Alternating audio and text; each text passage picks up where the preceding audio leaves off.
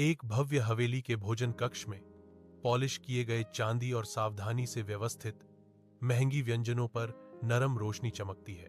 धनी सास लंबी मेज के मुखिया पर शाही ढंग से बैठी है। उसकी उपस्थिति प्रभावशाली है। उसका कठोर चेहरा और जांचने वाली आंखें उसकी बहू पर टिकी हुई हैं, जो उसके सामने विनम्रता से खड़ी है। वह सीधी सादी लड़की अविचल ध्यान से सुनती है, उस दुर्जय महिला के हर शब्द को आत्मसात करती है। बहू की आंखों में घबराहट की एक क्षणभंगुर चमक, भावना का एक क्षणिक कंपन। फिर भी वह तुरंत अपनी शांति फिर से हासिल कर लेती है।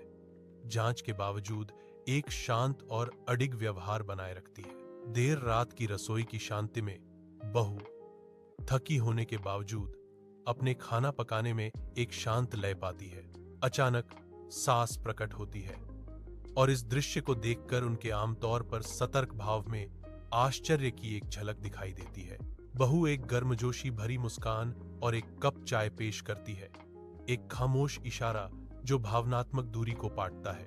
सास अपनी चाय पीती है, उसकी निगाहें बहू पर टिकी हैं, उसके भीतर एक सूक्ष्म बदलाव आ रहा है। एक शांत पल सामने आता है जो उनके बीच लंबे समय से दबी भावनाओं के धीरे धीरे पिघलने को दर्शाता है।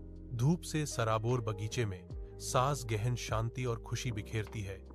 एक स्पष्ट परिवर्तन। बहू सास के कंधे पर सिर रखती है, जो गहरे विश्वास और स्नेह का प्रतीक है। वे गर्मजोशी से मुस्कुराते हैं। उनकी आंखें एक साझा यात्रा और अपनेपन की एक अकाट्य भावना को दर्शाती हैं। हवा पक्षियों के चहचहाने और फूलों की मीठी सुगंध से गूंज रही है, जो सद्भाव के इस रमणीय क्षण को पूरा करती है।